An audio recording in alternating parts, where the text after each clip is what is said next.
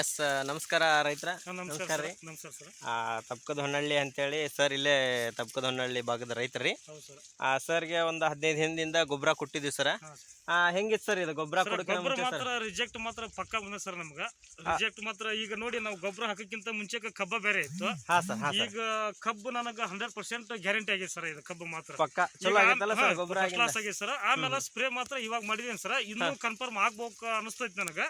ಒಟ್ಟು ಸ್ಪ್ರೇ ಮಾತ್ರ ಈಗ 2 days ಆತ್ ನಾ ಮಾಡಿಬಿಟ್ಟು.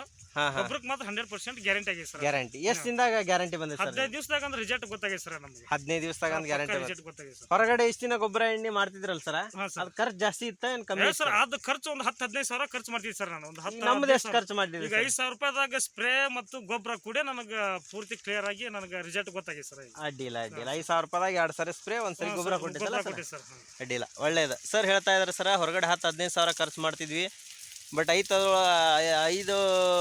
ಒಂದು 5-6 ಸಾವಿರ ರೂಪಾಯಿದಾಗ ಇಷ್ಟು ಒಳ್ಳೆ ರಿಸಲ್ಟ್ ಬಂದೈತಿ. ಕಬ್ಬು ನೋಡ್ಬೋದು ಸರ, ನೋಡ್ರಿ ಚೆನ್ನಾಗಿ ಒಳ್ಳೆ ರಿಸಲ್ಟ್ ಬಂದಿದೆ ಸರ. ಒಂದು ಮೊಣಕಾಲು ಮಟ್ಟ ಇತ್ತು ಸರ್ ಇದು ಕಬ್ಬಿಗ.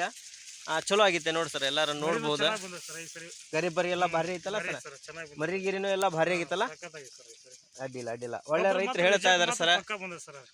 ಎಸ್, ನಮ್ಮ ಸರ್ವಶ್ರೀ ಕಂಪನಿ ಪ್ರಾಡಕ್ಟ್ ಯೂಸ್ ಮಾಡಿದ್ರೆ ಸರ್ ಒಳ್ಳೆ ರಿಸಲ್ಟ್ ಬಂದೈತೆ ಅಂತ ಹೇಳತ್ತಾರ, ಕಮ್ಮಿ ಖರ್ಚು ಬಂದೈತೆ ಅಂತ ಹೇಳತ್ತಾರ. ಇದನ್ನ ಎಲ್ಲಾ ರೈತರಿಗೂ ಹೇಳಲಿಕ್ಕೆ ಇಷ್ಟಪಡ್ತೀನಿ ಸರ್. ಪಕ್ಕ ಇಷ್ಟಪಡ್ತೀನಿ. Yes sir, thank you sir. Yes, ಜೈ ಸರ್ವಶ್ರೀ ಸರ್. ನಮಸ್ಕಾರ.